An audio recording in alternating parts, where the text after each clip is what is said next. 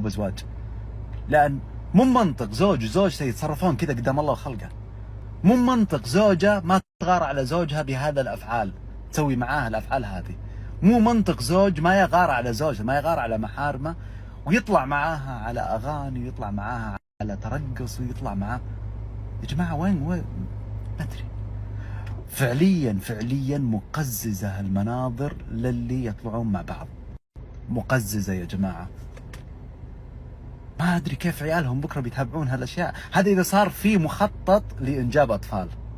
والعاقل خصيم نفسه، العاقل يفهمني.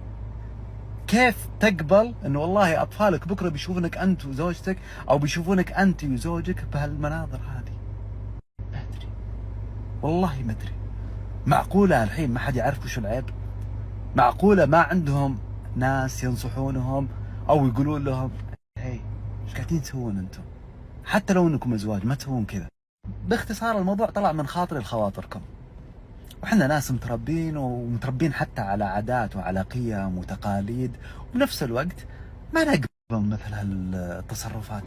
هذه تصرفات دخيلة، والله دخيلة يا جماعة.